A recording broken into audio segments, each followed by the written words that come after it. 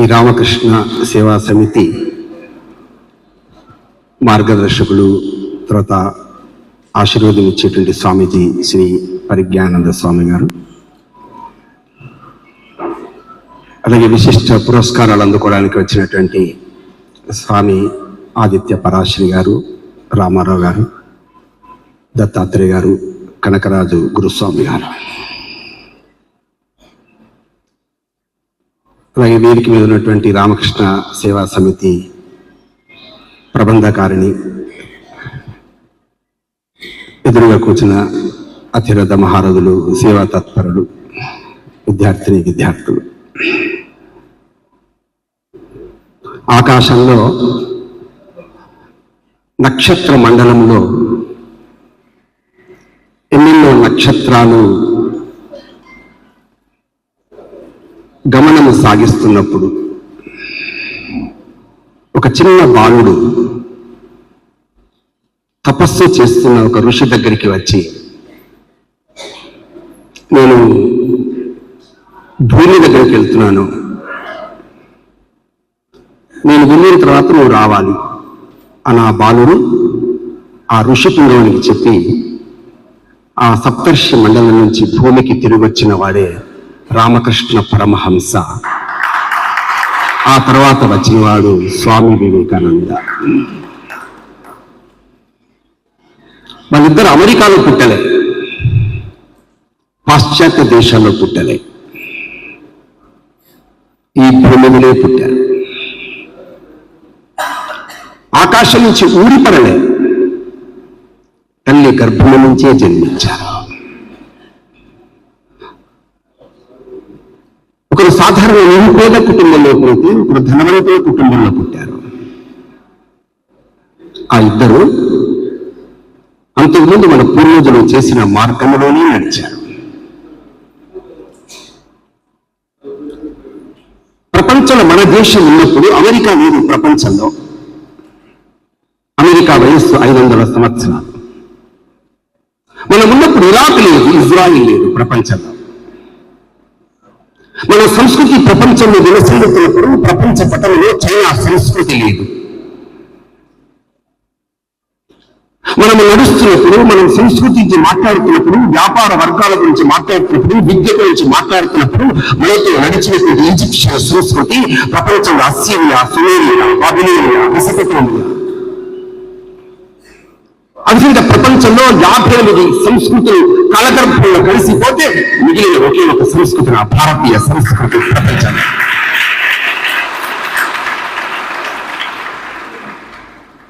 నా దేశం నా కొరకు పుట్టలే. ఈ దేశంలో పుట్టిన వాళ్ళెవరు వ్యక్తిగతం కోసం పుట్టలేదు.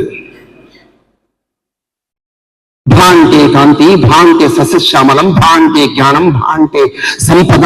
ప్రపంచానికి జ్ఞాన సంపదను ఇవ్వడం కోసం పుట్టినటువంటి ఏకైక దేశం భారతదేశం. ప్రపంచంలో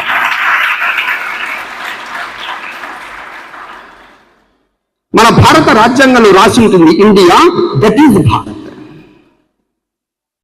ఇండియా ఇంగ్లీష్ వాళ్ళు పెట్టారు పేరు, కానీ ఇండియా కాదు, దట్ ఈజ్ భారత్. ఏ భారత్? శకుంతల దుష్యంతుల కొడుకు భరతుడు, వేదాంతాన్ని ప్రపంచానికి ఇచ్చేటువంటి భరతుడు. వాళ్ళు ఇప్పటి వాళ్ళు కాదు, వేల సంవత్సరాల నుంచి ప్రపంచానికి మార్గదర్శనం చేస్తున్న భరతుడు పుట్టిన భారతదేశం నా భారతదేశం. ప్రపంచానికి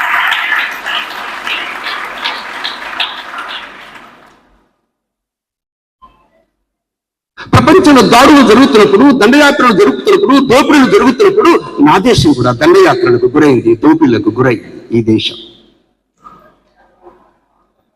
ప్రపంచంలో రోమిని ధ్వంసం చేశారు, ఈజిప్ట్ని ధ్వంసం చేశారు, గ్రీకుని ధ్వంసం చేశారు. 5 సంవత్సరాలు 6 సంవత్సరాల కాలఖండములో ప్రపంచంలో 1 కాదు 2 కాదు వందలాది దేశాలు తమ సంస్కృతిని పూర్తిగా నాశనం చేసుకుని ప్రపంచంలో కొత్త అవతారం ఎత్తాయి. ప్రపంచంలో కానీ ఆ దేశం మీద షేకులు, పఠానులు, మొఘలులు, ఫ్రెంచ్ వాళ్ళు, డచ్ వాళ్ళు, ఆంగ్లేయులు, పఠానులు ఒకరి తర్వాత ఒకరు 1200 సంవత్సరాల పాటు దాడులు, దండయాత్రలు, దోపిడీలు చేసిన తర్వాత కూడా లేచి నిలిచిన దేశం నా భారతదేశం. ప్రపంచంలో నా దేశానికి చావు లేదు, అమరమైన దేశము భారతదేశము. 1893 స్వామి వివేకానంద చికాగో సభలో వేదిక మీదకి ఎక్కుతున్నప్పుడు ఎదురుగా కూర్చున్నటువంటి వాళ్ళు ఎవరు? విద్యార్థులు కాదు, నిరక్షరాస్యులు కాదు, పెద్ద పెద్ద చర్చిల యొక్క ఆర్చ్ బిషప్స్ కూర్చుని ఉన్నారు అక్కడ, యూనివర్సిటీ యొక్క డీన్స్ కూర్చున్నారు అక్కడ, ప్రపంచంలో ఉండే 10 మతాలకు చెందిన వాళ్ళు కూర్చున్నారు అక్కడ. స్వామి వివేకానంద నడుస్తూ కుర్చీ ఎక్కుతున్నప్పుడు ఎదురుగా కూర్చున్న వాళ్ళు ఏం కామెంట్ చేశారు తెలుసా? ఎవరిని? ఇండియా నుంచి వచ్చాట. ఇండియా అంటే మన సిలబస్ లో ఇండియన్స్, సర్కస్ గాళ్ళు, ఆ ఇండియన్సేనా? మన సిలబస్ లో ఇండియన్స్ అంటే కోతులు ఆడించే తర్వాత బిచ్చనెత్తి వాళ్ళేనా? ఇండియన్స్ అంటే పాపం మనకి సభ్యత తెలియదు, నాగరికత తెలియదు, అందుకే వీళ్ళు బానిసలు, వాళ్ళేనా? స్వామి వివేకానంద అమెరికాకు వెళ్లే నాటికే, పాశ్చాత్య దేశాలు వెళ్లే నాటికే ప్రపంచంలో నా దేశం పైన అపనిందలు, అబద్ధాలు, చరిత్ర వక్రీకరణ చేసి ప్రపంచమంతా వేలెత్తి చూపుతున్న వేళ స్వామి వివేకానంద ఎదురుగా కూర్చున్నటువంటి వ్యక్తిని అన్నలారా, తమ్ములారా అని కనిపించే వ్యవహారిక శైలి ఉంటే అది నా భారతదేశాన్ని ప్రపంచానికి సాధి చెప్తున్న వ్యక్తి స్వామి వివేకానంద.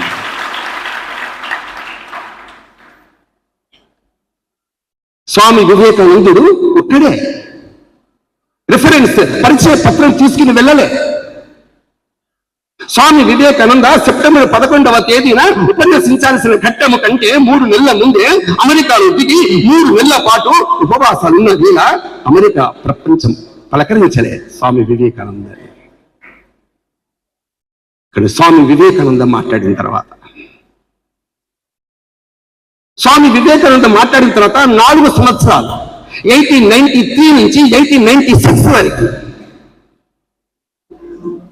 పాశ్చాత్య దేశాల్లో 4,000 మంది క్రైస్తవులు, ఫాస్టర్స్, ఆర్చ్ బిషప్స్, డీన్స్, ప్రపంచ మతాల గురించి డిబేట్ లో చర్చించేటువంటి ఉన్నతమైనటువంటి విద్యావంతులు స్వామి కాళ్ళ దగ్గర కూర్చుని భారతీయ వేదాంతాన్ని నేర్పిన వివేకానంద పుట్టిన దేశం భారతదేశం. ప్రపంచం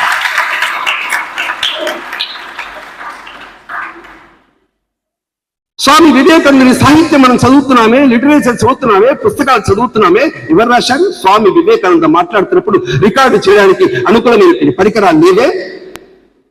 షార్ట్ హ్యాండ్ లో చాలా వేగంగా రాయగలిగేటువంటి ఒక వ్యక్తి శిష్యుడయ్యాడు. అతని పేరు గుడ్విన్. ఆ గుడ్విన్ ఏమన్నాడు తెలిసిన? స్వామీజీ, ప్రపంచంలో అత్యధికమైనటువంటి యోధులు, పరాక్రమవంతులు మా బ్రిటిష్ వాళ్ళు, మా ఆంగ్లేయులు. అసలు ఇది యుద్ధం చేయడమే చేత కాదు. స్వామి వివేకానంద ఏమన్నారు తెలిసిన? ప్రపంచంలో అలెగ్జాండర్ ది గ్రేట్ అనేటువంటి వ్యక్తి ఈ భూమిని అడుగు పెట్టినప్పుడు ఒక సామంత రాజు పురుషోత్తములు ఎదిరించిన దేశం నా భారతదేశం ప్రపంచంలో. మీకు తెలియదు స్వామీజీ? మీకు తెలిసిన ప్రపంచంలో 58 దేశాల్ని యుద్ధం చేసి గెలిచి సామ్రాజ్యం నిర్మాణం చేసిన దేశము మా ఆంగ్ల దేశము, మా పాశ్చాత్య దేశము. స్వామి వివేకానంద ఏమన్నారు తెలిసిన? కరెక్ట్ చెప్పావు. మేము ఇప్పుడు యుద్ధాలు చేయలేదు, ప్రపంచాన్ని రక్తసిద్ధము చేయలేదు. మీరు మనుషుల్ని గెలిచారు, భూమిని గెలిచారు, పీపుల్ని చేశారు. కానీ మీకు తెలిసిన ఈ దేశంలో ఒక సాధారణ పౌరుడు రాజభవనంలో పుట్టి అమ్మను, నాన్నని, అందమైన భార్యని, అందమైన కొడుకును వదిలిపెట్టి ఒక చెట్టు కింద ధారోదయం పొంది ప్రపంచంలో మానవత్వాన్ని బోధించి మనస్సుని గెలిచిన బుద్ధుడు పుట్టిన దేశం నా భారతదేశం. ప్రపంచం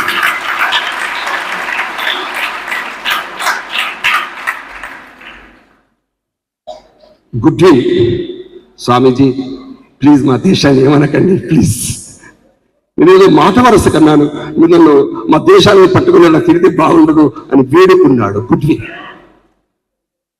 ఏమిటి? స్వామి వివేకానంద 1893లో స్వామి వివేకానంద మాట్లాడి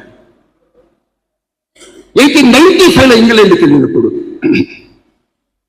ఒక సాధారణ మహిళ చదువుకుంది, టీచర్ ఉద్యోగం చేస్తుంది, ఎంగేజ్మెంట్ అయింది, పెళ్లి కాకముందే భర్త చనిపోయాడు.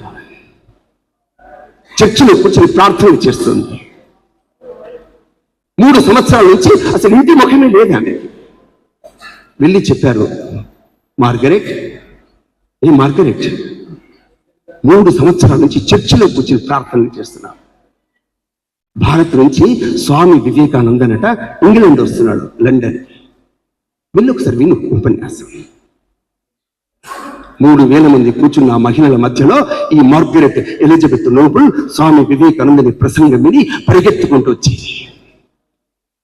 నా దేశమే గొప్ప, నా దేవుడే గొప్ప, నాదే గొప్ప అని ఇప్పటిదాకా విర్రవీగుతూ ఉన్నటువంటి నేను, నా చుట్టూ వస్తున్నటువంటి నిరాశ నిస్పృహలు ఇలాంటి స్థితిలో నేను కొట్టుమిట్టాడుతున్న వేళ మీరు మాట్లాడిన వేదాంతాన్ని, మీరు మాట్లాడిన భారతీయ వేదాంతాన్ని చూసిన తర్వాత నేను ఈ దేశంలో కాదు మీ దేశంలో ఉండాల్సిందని చెప్పేసి ఈ దేశానికి వచ్చి పేరు మార్చుకున్నటువంటి సోదరి నివేదిత కర్మభూమి నా భారతదేశం ప్రపంచం. రామకృష్ణ పరమహంస ధర్మపత్ని శారదామాత ఊరిలో పడుకుంది. బొట్టు పెట్టుకుని, గాజులు పెట్టుకుని, చీర చుట్టుకొని, ఉపనిషత్తులు, రామాయణ, భారత ఇతిహాసాలు చదివి, ఈశాన్య ప్రాంతంలో ఎక్కడో నాగాలాండ్, మిజోరం ఇలాంటి త్రిపుర లాంటి దేశాల్లో అనాథ పిల్లలు, తల్లి లేని, తండ్రి లేనటువంటి ఒక సాధారణ పిల్లల్ని కూడా తీసి చేరతీసి పాఠాలు చెప్పి, ఆ పాపతో, పాప నీకెవరంటే ఇష్టం? నాకు ఫలానా సినిమాలో ఆమె ఆ హీరోయిన్ నాకు చాలా ఇష్టం, చాలా అందంగా ఉంటుంది, చాలా మంచి డాన్స్ చేస్తుంది. తప్పమ్మా, వాళ్ళు మన హీరోయిన్లు కంటే.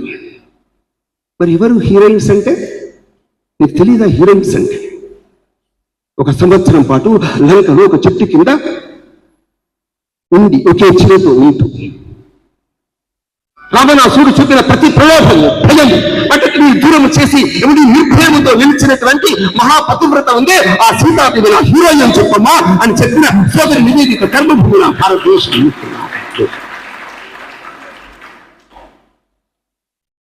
ఆ సోదరి నివేదిత ఏముంటుందో తెలుసునా? స్వామి వివేకానంద మాట్లాడుతున్నటువంటి ప్రతి ప్రసంగం, ఆ ప్రసంగంలో మాట్లాడుతున్న ఒక శబ్దము నన్ను పదే నన్ను పరవశింప చేస్తుంది, పదే నన్ను పులికింప చేస్తుంది, పదే నన్ను వైబ్రేషన్ కి, ప్రకంపనలకు గురి చేస్తుంది. ఏమిటి ఆ పదము? నా భారతదేశం, నా భారతదేశం. అందుకే నేను 11 సంవత్సరాలు మా ఊరిని, మా అమ్మని, నాన్నని వదిలిపెట్టి ఈ దేశానికి ఎందుకు వచ్చాను? ఈ దేశం నా దేశం. నా దేశం అంటే భారతదేశమే ప్రపంచానికి, విశ్వానికి సిద్ధాంతంతో పాటు సంక్షేమాన్ని ఇచ్చే దేశం గుర్తించాను. 11 సంవత్సరాలు ఇక్కడ ఉండి డార్జిలింగ్ లో చనిపోయింది, సమాధి కట్టబడింది. ఆమె సమాధి మీద రాయబడి ఉంది సోదరి నివేదిత. 11 ఏళ్ళు దేశం కోసం, ప్రజల కోసం, అనాథల కోసం శ్రమించి ఇక్కడ విశ్రాంతి తీసుకుంటుంది. చనిపోలే సోదరి నివేదిత, చనిపోలే. శరీరానికి, మనస్సుకి, బుద్ధికి చావు ఉంటుంది, కానీ ఆత్మకు చావు లేదన్న స్వామి వివేకానంద యొక్క సత్యాన్ని గ్రహించిన స్వామి ఆ యొక్క సోదరి నివేదిత తన యొక్క సమాధి మీద రాసి పెట్టమని చెప్పింది. విశ్రాంతి తీసుకుంటుంది. నేను మళ్ళీ ఏదో ఒక రూపంలో ఈ సమాజంలో, ఈ దేశంలో ఉండే మహిళలు, ఈ మహిళా స్వరూపులు, మాతృరూపుల యొక్క హృదయాల్లోకి వచ్చి సేవ చేసి దేశాన్ని ఉన్నతమైన స్థితిలో ఉండడానికి సంకల్పం తీసుకున్నానని చెప్పినటువంటి సోదరి నివేదిత కర్మభూమి నా భారతదేశంలో.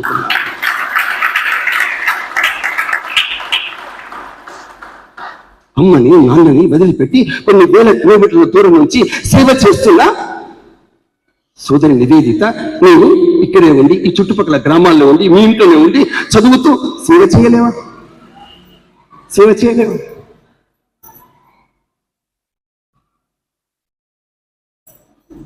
స్వామి వివేకానంద 4 సంవత్సరాలు ప్రపంచంలో పాశ్చాత్య దేశాలకు వెళ్ళిన సందేశం నీది కాదా? అది నీది కాదా?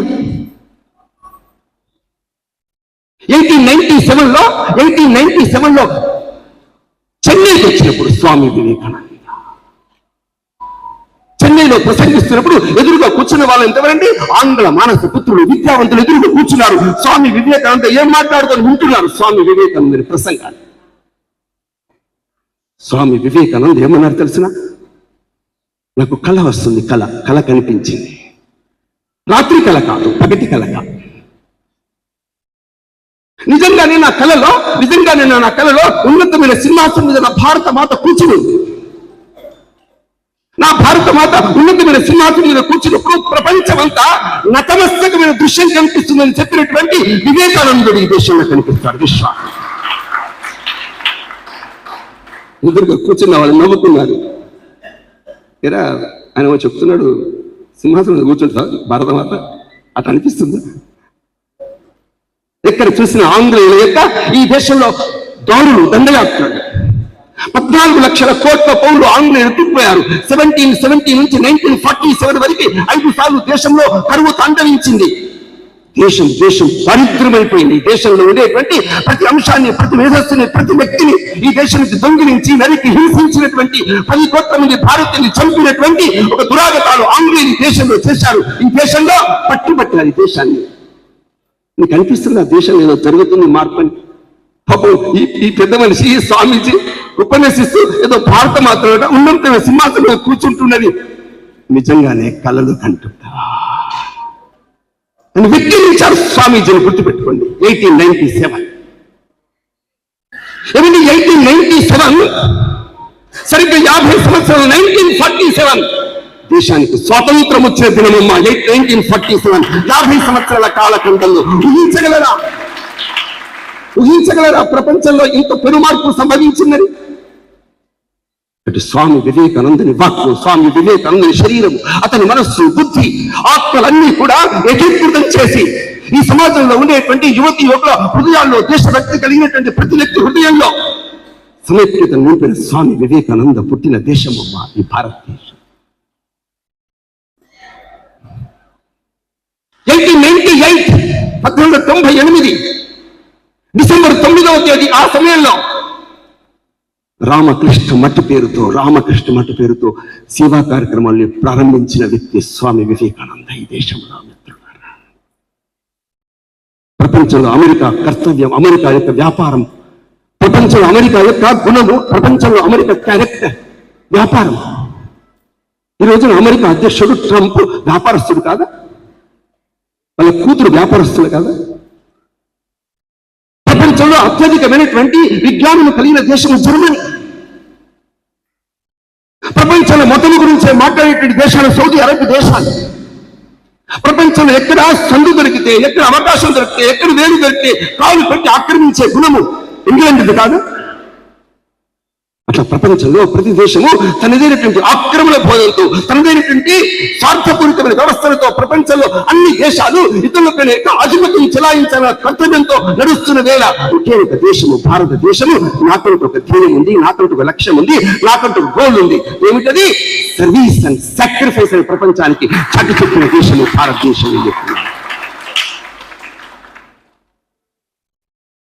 ఇప్పటి వరకైతే ఈ రెండు సాక్రిఫైస్ అండ్ సర్వీస్, ఈ రెండు ఉన్న ఆయుధాలను పెట్టుకుని ప్రపంచంలో భారతదేశము రాబోయే రోజుల్లో ఒక కాలానుగుణమైనటువంటి మార్పులు, పెను మార్పులు సంభవించబోతుంది దేశంలో.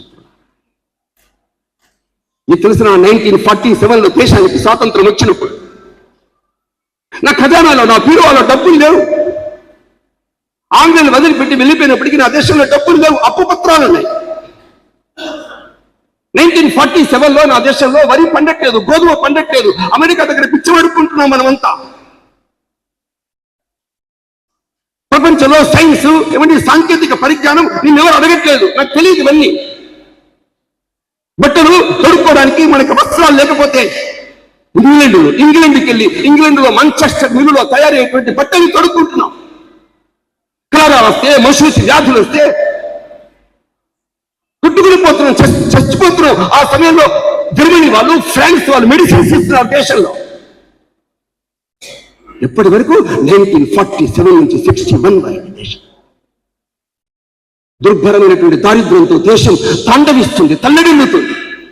40-50 కోట్ల మంది ప్రజలు దారిద్ర్య రేఖ కింద బ్రతుకుతున్నటువంటి సుమారుగా 50% కంటే పైగా ప్రజలు ఇబ్బందులు పడుతున్నారు దేశంలో. ఆ సమయంలో ఇంగ్లాండ్ పరిపాలిస్తున్న ప్రధాని చర్చిల్ ఏమన్నారు తెలిసిన? పాపం వీళ్ళు దేశం గురించి బాగానే పోట్లాడి మొత్తానికి ఉరికంబాలెక్కి తర్వాత బాగానే స్వాతంత్రం సంపాదించారుండోయ్, వీళ్ళు కాపాడుకుంటారా అని ఎగతాళి చేశాడు చర్చిల్. వెక్కిరించాడు ఈ దేశాన్ని, నా విశ్వాసాన్ని, నాకున్నటువంటి నిర్భయాన్ని అవహేళన చేశాడు. కానీ మీకు తెలిసిన మిత్రులారా, ఈరోజు 2025 దాటి 26 జనవరిలోకి వచ్చాం. 1947లో నా బీరువా తెరిచినప్పుడు అప్పు పత్రాలు ఉన్న చోట ఈ రోజున 3,50,000 కోట్ల రూపాయలతో ప్రపంచంలో 4వ స్థానంలో నిలిచిన దేశం మన భారతదేశం. నా దేశంలో 10 కోట్ల మంది రైతులు పొలాలు దున్నితే పొలాల నుంచి వచ్చేటువంటి పత్తి నుంచి వచ్చే దారం నుంచి వస్త్రం, ఆ వస్త్రానికి రంగులకి అద్దకాలకి ప్రపంచానికి బట్టలు కట్టడం ఎలాగో నేర్పే దేశం నా భారతదేశం ప్రపంచంలో. కరోనాలో 1,00,000 మంది అమెరికాలో చచ్చిపోతే, 3 లక్షల మంది చైనాలో చచ్చిపోతే, ప్రపంచమంతా తల్లడిల్లుతున్న వేళ నా దేశంలో సైంటిస్టులు, నా దేశంలో డాక్టర్లు కలిసి తయారు చేసింది ప్రపంచంలో 100 దేశాలకి వ్యాక్సిన్ ఇచ్చిన దేశం నా భారతదేశం ప్రపంచంలో. ప్రపంచంలో ఉండేటువంటి ప్రతి దేశము సాంకేతిక పరిజ్ఞానం పేరుతో ఉవ్వెనూరుతూ పరిగెత్తుతున్నప్పుడు, అంగలెత్తుతున్నప్పుడు ప్రపంచంలో మీకు తెలిసిన 36 దేశాన్ని పిలిచి వాళ్ళ ఉపగ్రహాన్ని అంతరిక్షంలో పంపించడం కోసం రాకెట్లు తయారు చేసిన దేశం నా భారతదేశం. మిత్రులారా, నా దేశానికి స్వాతంత్రం వచ్చిన వేళ నా ర్యాంక్ 168. 2026 4వ స్థానంలో నిలిచింది. ఎవరి కష్టార్జితం, ఎవరి దేశభక్తి. స్వామి వివేకానంద 1892లో ప్రసంగించిన ప్రసంగం ఉంది. ఆ ప్రసంగంతో ఒక సుభాష్ చంద్రబోస్, ఒక బాల గంగాధర తిలక్, ఒక భగత్ సింగ్, ఒక ఆజాద్ చంద్రశేఖర్, ఒకరు కాదు ఇద్దరు కాదు సుమా భారతదేశంలో 3,50,000 మంది ఉరికంబాలెక్కితే, బలిదానాలైతే, ఆంగ్లేయులు గూఢచర్లై ఎవరి బాంబులు విసిరింది, ఎవరి తుపాకులు కలిగి ఉంది అని ఆ విప్లవకారు ఇళ్లలోకి వెళ్ళి బీరువాలు తీస్తుంటే, వాళ్ళకి సరుకులు చూస్తుంటే, వాళ్ళ యొక్క ఖజానాలో చూస్తుంటే తుపాకులు కనబడలే, బాంబులు కనబడలే. స్వామి వివేకానంద సూక్తుల పుస్తకాలు కనబడ్డాయి. సూక్తుల పుస్తకాలు చచ్చిపోయిన శవాన్ని సైతం లేపి నిలబెట్టగలిగేటువంటి వ్యక్తిత్వం కలిగినటువంటి ఒకే వ్యక్తి స్వామి వివేకానంద ఈ దేశంలో పుట్టడం మన అదృష్టమా కాదా? అవునా కాదా? పాపలు అవునా కాదా? మాట్లాడతలేరు అవునా కాదా? మిమ్మల్ని అడగలేదు, ఆ పాపలు అడిగారు అవునా కాదా?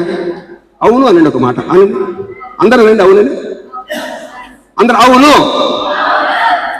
అంటే అనిపించాలి, కాపీ కొట్టించాలి. 2026 వచ్చేది 2047. నా దేశానికి స్వాతంత్రం వచ్చి 100 ఏళ్ళు పూర్తి చేసుకున్న సందర్భం. మనం కలిసి ఉండకపోతే, పరిశ్రమించకపోతే, కులము పేరుతో, వర్గము పేరుతో, పార్టీ పేరుతో సంకుచితమైన సీమిత వాతావరణం ఉరుక్కుపోతే ఇక ప్రపంచంలో మన ఎవరు క్షమించరండి. మీ తాతలు, మీ ముత్తాతలు ఉన్న కాలంలో హైదరాబాద్ ప్రాంతంలో వందలాది అమ్మాయిల యొక్క చీరలు విడిచి వాళ్ళ చేత బతుకమ్మలు ఆడించి 40,000 మందిని పట్టుపెట్టుకున్న నిజాం పరిపాలించాడమ్మా దేశంలో 220 సంవత్సరాల పాటు.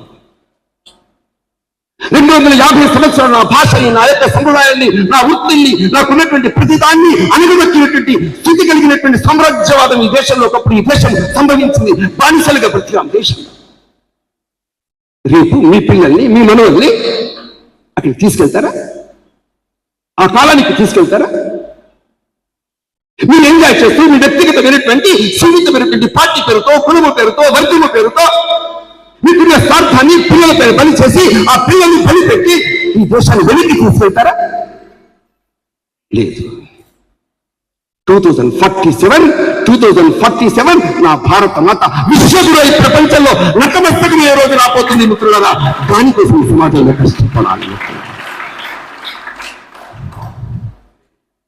ఈ దేశంలో ఒక స్త్రీ ఇంట్లో ఉన్నప్పుడు 3 వ్యక్తులు భవతి భిక్షాందేహి అన్నం పెట్టమ్మా అంటే ఆ 3 వ్యక్తులు వచ్చి ఎదురుగా కూర్చుంటే ఆ స్త్రీ వచ్చి అన్నం పెడుతుంటే, అమ్మా అన్నం పెడుతున్నావా?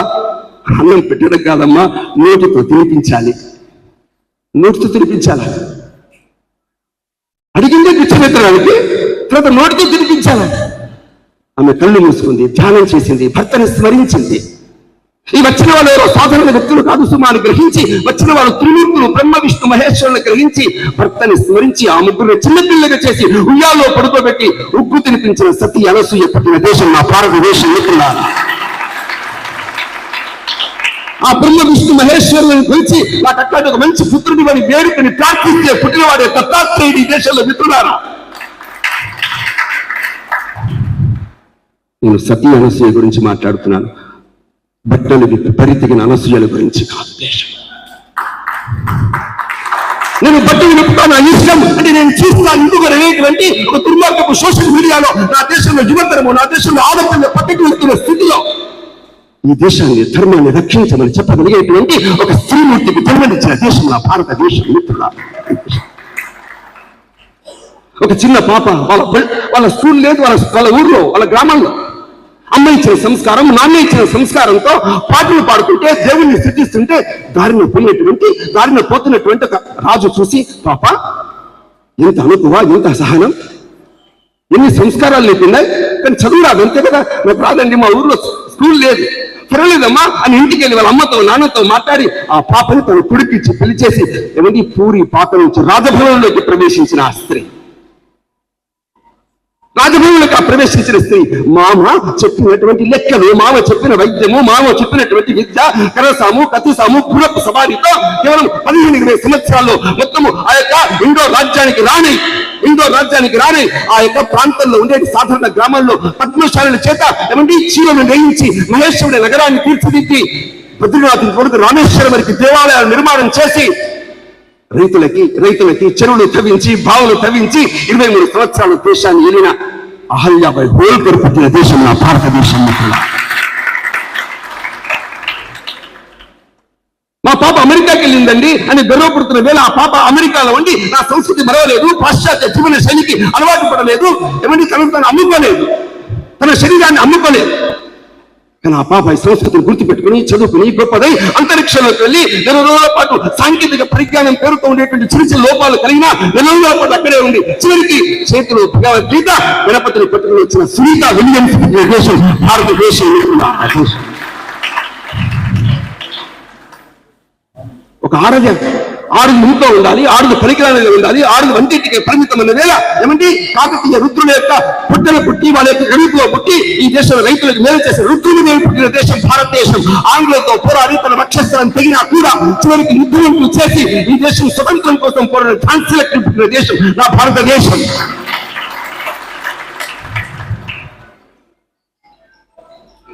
మీకు తెలిసిన 1857 కంటే ముందు 1856 ఈ దేశంలో మామూలు సాధారణ అడవుల్లో పుట్టినటువంటి సంతాళ్ళు వాళ్ళందరూ యుద్ధం చేశారు. 4 అన్నదమ్ములు, 2 అక్క చెల్లెలు, అందరూ మురుగు కుటుంబంలో పుట్టిన వాళ్ళే. అలాంటి వాళ్ళు యుద్ధం చేస్తే ఆంగ్లేయులు మొత్తం 40,000 మందిని చంపేశారు. ఆ మురుగు కుటుంబమే లేకుండా చేశారు. మరి గుర్తుంచుకోండి, ఈ దేశంలో 79 సంవత్సరాల తర్వాత ఏ కుటుంబాన్ని నాశనం చేశామని చెప్పేసి ఆంగ్లేయులు నిండ కవరంతో దిగుతున్నారో అదే కుటుంబం నుంచి వచ్చినటువంటి ద్రౌపది ముర్ము రాష్ట్రపతిగా దేశాన్ని పరిపాలిస్తుంది. మీకు అర్థమవుతుందా? చరిత్ర తిరగదోడుతున్నది. 1200 సంవత్సరాల తర్వాత కూడా నా దేశం మళ్ళీ పునర్జీవమై ప్రపంచంలో ఉండే అన్ని రకాల దేశాల యొక్క వైవిధ్యాన్ని స్వీకరించగలిగి ఈ దేశంలో 3,500 కులాలను కలిగి కశ్మీర్ నుంచి కన్యాకుమారి వరకు భారత మాతాకి అంటే చెయ్యని పలికి ఏకతా సూత్రాన్ని తీసుకొచ్చినటువంటి దేశం మా భారతదేశం. మిత్రులారా, భారతదేశం వీటన్నిటికీ స్ఫూర్తి ప్రదాత వివేకానందుడు కాదా? వివేకానందుడి గురువు స్కూల్కి వెళ్ళాడా? రామకృష్ణ అని రాయనంటే రామకృష్ణ అని రాసి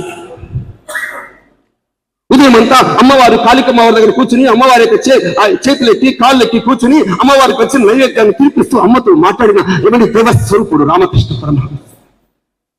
దేవుడు లేడని విరవిగుతూ నిందిస్తున్నటువంటి ఒక నాస్తికుని పట్టుకుని కూర్చోబెట్టి దైవస్వరూపాన్ని కలిగించి ప్రపంచంలో బంతిని విసిరేసి ప్రపంచ దేశాలని వశీకరణ చేయించినటువంటి రామకృష్ణ పరమహంస ఆ బంతివరు కాదు, స్వామి వివేకానంద దేశం. ఇవన్నీ యాదృచ్ఛికాలు కాదు సుమా, యాదృచ్ఛికాలు కాదు. భగవంతుడు తన యొక్క ప్రేరితంగా భారతదేశంలో ఎప్పుడెప్పుడు ధర్మం నాశనం అవుతుందో, ఎప్పుడెప్పుడు ధర్మాన్ని సంస్థాపన చేయాలని భావించినటువంటి వ్యక్తి ఆ విధంగా ఉండేటువంటి సప్తగిరి మండలంలో ఉండేటువంటి ఇద్దరు మహా ఋషుల్ని దేశానికి పంపించాడు, ఈ భూమికి పంపించాడు.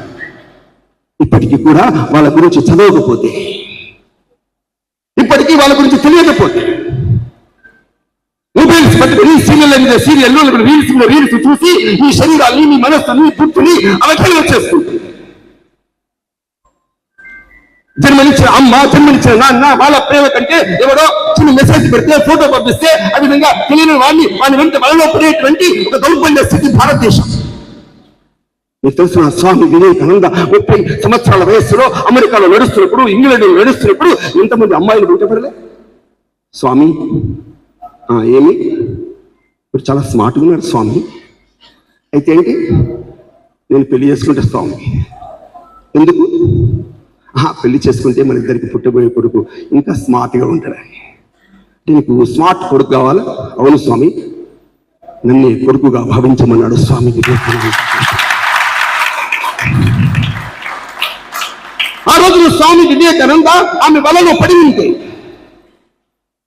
స్వామి వివేకానంద తన క్యారెక్టర్ కోల్పోతాడు. స్వామి వివేకానంద విలాసాలకి, ఆ జీవన శైలికి అలవాటు పడిపోతాయి.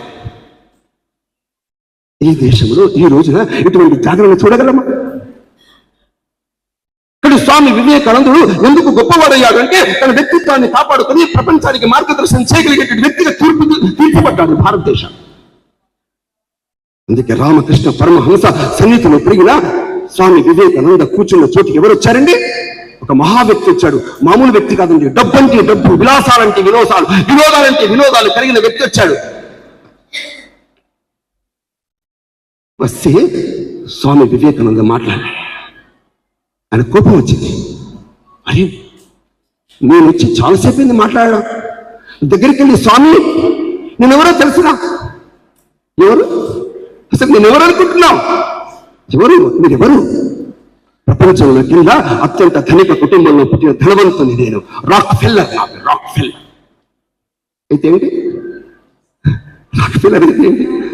నేను ధనికుని అయితే ఏంటి? నువ్వు ధనం సంపాదించావు, సామ్రాజ్యం నిర్మాణించావు, భవనాలు నిర్మించావు, ఒక్కరికి సేవ చేశావు. ఒక్కరికి నీ డబ్బులో ఒక్క పైసా, ఒక రూపాయి ఎవరికైనా ఖర్చు పెట్టావా? పోయిరా, ఖర్చు పెట్టిరా పో. రాక్ ఫెల్లర్ తిరిగి వెళ్ళిపోయాడండి. రాక్ ఫెల్లర్ తిరిగిపోయి 70 ఏళ్ళ ముదుసలి వయస్సులో తిరిగి వచ్చాడు. వచ్చి ఏమన్నాడు తెలుసా? స్వామీజీ, స్వామీజీ నేను సేవ చేశాను, సేవ చేసి వచ్చాను స్వామీజీ, సేవ చేసి వచ్చాను. ఇప్పుడు నాకు డబ్బే సర్వస్వం అనుకున్నాను, భవనాలు సర్వస్వం అనుకున్నాను, నా విలాసవంతమైన జీవితమే సర్వస్వం అనుకున్నాను. ఆ విధంగా వీళ్ళు వీరుతున్న వేళ మీరు చెప్పినటువంటి సూచన మేరకు నేను సేవ చేశాను స్వామీజీ. ఓహో ఓహో స్వామీజీ, నాకు మీరు థ్యాంక్స్ చెప్పరా? Thanks sir. ఎందుకు చెప్పాలి? నేను సేవ చేశాను కదా. బాగుంది. నీకు నేను థ్యాంక్స్ చెప్పడం ఏంటి? నువ్వు నాకు థ్యాంక్స్ చెప్పాలి. నీకెందుకు చెప్పాలి థ్యాంక్స్? నేను సేవ చేయమని నేనే కదా చెప్పింది.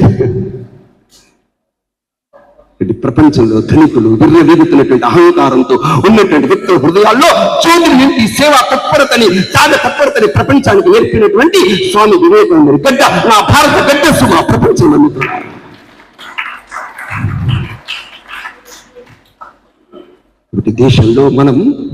దేశంలో మనం స్వామి వివేకానందని మాట్లాడుతున్నప్పుడు, స్వామి వివేకానంద చెప్తున్నప్పుడు, ప్రతి వ్యక్తి ఇక్కడ కూర్చున్నటువంటి వ్యక్తులంతా, ప్రతి వ్యక్తి ఒక 5 పనులు సమాజంలో చేయాలి. 5 పనులు. మీరు ఏమనుకుంటారంటే మన యొక్క ముఖ్యమంత్రి చంద్రబాబు నాయుడు గారు, ప్రధానమంత్రి నరేంద్ర మోడీ ఏదో దేశాన్ని ఏదో చేస్తారని మీరు అనుకుంటున్నారు. చేయలేరు. ఒక్కరి చేత సాధ్యము కాదు. ఇక్కడ కూర్చున్నటువంటి ప్రతి వ్యక్తి, ఇక్కడ కూర్చున్న ప్రతి వ్యక్తి ప్రపంచంలో ఎక్కడ లేనటువంటి 32 కోట్ల కుటుంబాలు కలిగిన భారతదేశం నా కుటుంబాల గురించి శ్రద్ధ పట్టించుకోవాలి. అమ్మ, నాన్న, తాత, మనవడు ఇలాంటి లెక్క ఆత్మీయతతో కూడినటువంటి వ్యవస్థ. 32 కోట్ల కుటుంబాలే నా కుటుంబాల గురించి ఆలోచించాలి. నా ఆడపిల్లలని సంరక్షించుకోవాలి. నా ఆడపిల్లలకి మార్గదర్శనం చేయాలి. నా ఆడపిల్లలని నిర్భయంతో కూడినటువంటి మనస్తత్వాలతో నిర్మాణం చేయాలి. రెండవది, ఈ దేశం శ్రీరామచంద్రుడు ఉత్తర భారతం నుంచి దక్షిణ భారతానికి వెళ్ళినప్పుడు ప్రతి వ్యక్తిని కలిశాడు, కౌగిలించుకున్నాడు. ఎంగిలి పనులు తినిపించిన శబరిని పట్టుకొని, శబరి నీ క్యాస్ట్ ఏంటి అడిగాడా? శబరిని క్యాస్ట్ అడిగాడు. రాముడికి లేని క్యాస్ట్ నీకెందుకు వచ్చింది? కనబడ్డ వ్యక్తిని నీచుడిగా, కనబడ్డ వ్యక్తిని ఉన్నత కులము తక్కువ కులం అనే పేరుతో అంగీకరించడం ఉందే, ఇది పక్కన పెట్టి సమరసత భావాన్ని నిర్మాణం చేయాలి. మూడవది, ఈ దేశంలో 50% టారిఫ్స్ విధించి ఈ యొక్క ఆర్థిక స్థితిని అల్లకల్లోలం చేస్తున్న వేళ నా యొక్క భారతదేశంలో ప్రతి ఉత్పత్తిదారునికి, నా దేశంలో ప్రతి ఇండస్ట్రియలిస్ట్ కి, ప్రతి దేశంలో ఉండేటువంటి సాధారణ వ్యక్తికి మనం జనసత్వాలు ఇచ్చి నా దేశం వస్తువులు నేనే కొనాలి, నా వాళ్ళు తయారు చేసిన వస్తువులే కొనాలనే స్వదేశీ భావాన్ని నిర్మాణం చేయాలి. నాలుగవది, ఈ దేశంలో ఈ రోజు నా భారత రాజ్యాంగ ప్రథమ స్థానం సుమా, నా భారత రాజ్యాంగం అనుగుణంగా ఒక పౌరుడిగా సమాజంలో జీవించాలి. సమాజంలో జీవించాలి. నా కులము, నా వర్గము, నా లింగము పక్కన పెట్టి నా రాజ్యాంగానికి నేను గౌరవం ఇవ్వాలి. ఐదవది, ప్రపంచంలో ఉండేటువంటి ఒక భీకరమైనటువంటి పర్యావరణ దుస్థితులు దేశంలో సంభవిస్తున్న వేళ నా ఇంట్లో చిన్న చెట్లు పెంచాలి. రావి చెట్టు, మర్రి చెట్టు, పూల చెట్టు, ఇంకేదో తులసి చెట్టు, ఏ చెట్టు అయినా సరే పర్యావరణాన్ని కాపాడుకోవాలి. ఇవన్నీ ప్రధానమంత్రి చేయాల్సినవి కాదమ్మా, మనమే ఈ 5 పనులు చేస్తూ 2047 కోసం ఎదురు చూద్దాం. ఆ రాబోయేటువంటి రోజులు మంచి రోజుల్లో మారుతాయి. ఒక్క పాట పాడి చూపిస్తాను.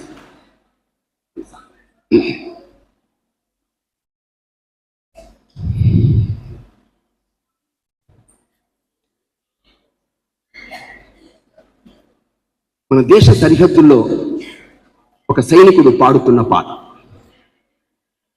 ఈ నేల తల్లి ప్రేమ ఎన్నటికి తరగనిది చెరగనిది,